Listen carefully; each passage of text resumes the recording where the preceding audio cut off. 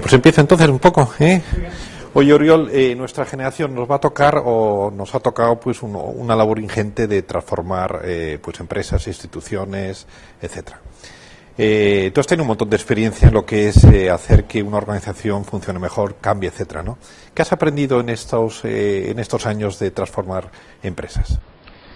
Mira, yo lo primero es que me parece chocante que el liderazgo sea un tema tan importante, tan hablado, que parece que todo está inventado, digamos, y que haya tantas empresas, la mayoría de hecho que las ves y que están, digamos, no mal lideradas en el que sea el líder malo, sino mal que no ves que haya una fluidez de las ideas, ¿no? Para mí el principio de todo es tener un propósito, ¿no? Es decir, cómo podemos generar en una organización un concepto de propósito, tener un proyecto claro, de una idea a la que todos conozcamos y todos podamos ir a conseguirla, ¿no?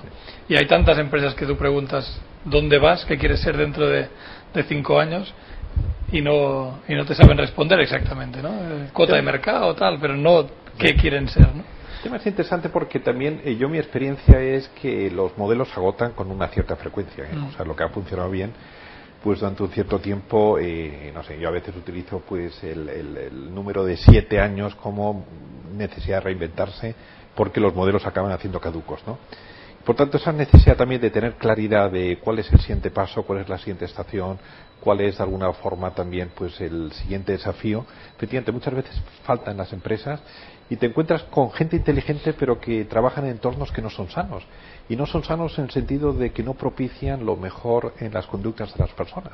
Y en cierta forma genera, pues digamos, esas conductas disfuncionales que al final la suma de las partes no te sale un total bueno, ¿no?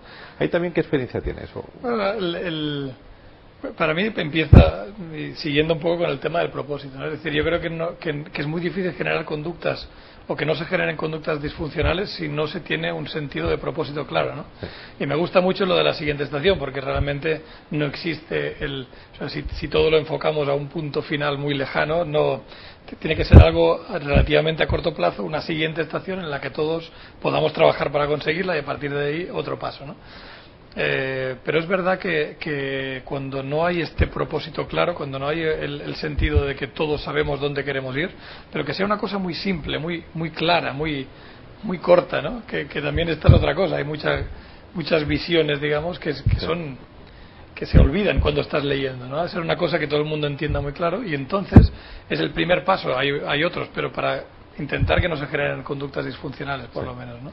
Ahí también hay un dicho que yo utilizo de vez en cuando, que es el de o hay propósito, o si no, la única forma de que la gente se mueva o de que rompamos el status quo es con el pain, o sea, con dolor. Sí. Esta semana, como has visto, el The Economist ha sacado la portada de Spain, cayéndose la S y diciendo pain, que es lo que nos espera en términos de dolor como país, pues para afrontar los cambios también de alguna forma es la única forma, o propósito o pain es la forma de afrontar los cambios.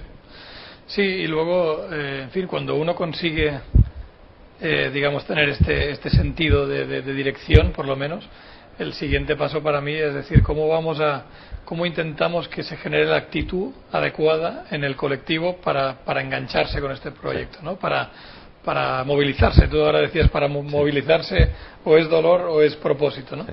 Pero a veces hay muchas organizaciones que no tienen ni una ni otra, es decir, que están simplemente como parece que estén en modo rutina, ¿no? En modo stand-by, digamos, casi.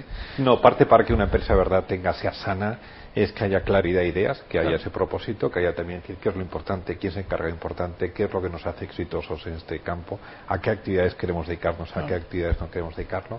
Y lo que dices, comunicarlo con simplicidad, o sea, con mensajes que sean entendibles, con mensajes que sean relevantes, con mensajes que sean distintos a los anteriores también y con mensajes que tengan un punto emocional.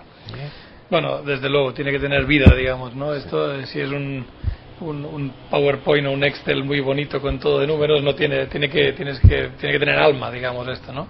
Y luego la claridad y la simplicidad, porque al final muchas veces tú estás explicando lo que quieres hacer en los próximos años ante un grupo de gente que la última vez quizá que estuvo sentado en un sitio escuchando durante una hora fue en el colegio, digamos, ¿no?